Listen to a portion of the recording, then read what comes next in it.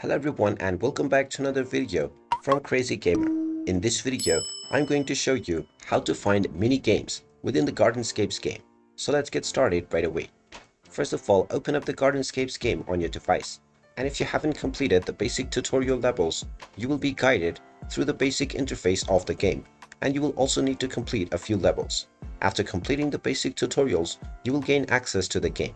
Now, if you tap on the star icon at the top right corner, you will see that you will need to complete tasks, and these tasks are the mini games. In order to find these mini games, tap on the games icon at the bottom left corner, and now underneath the to do menu, you will find the various mini games that are available.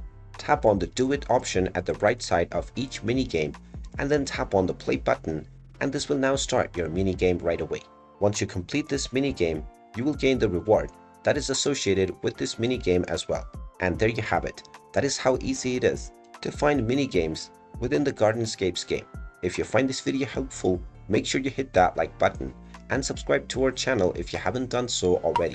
Also ring that notification bell to never miss another update from us. Thank you for watching, and I will see you again in the next video.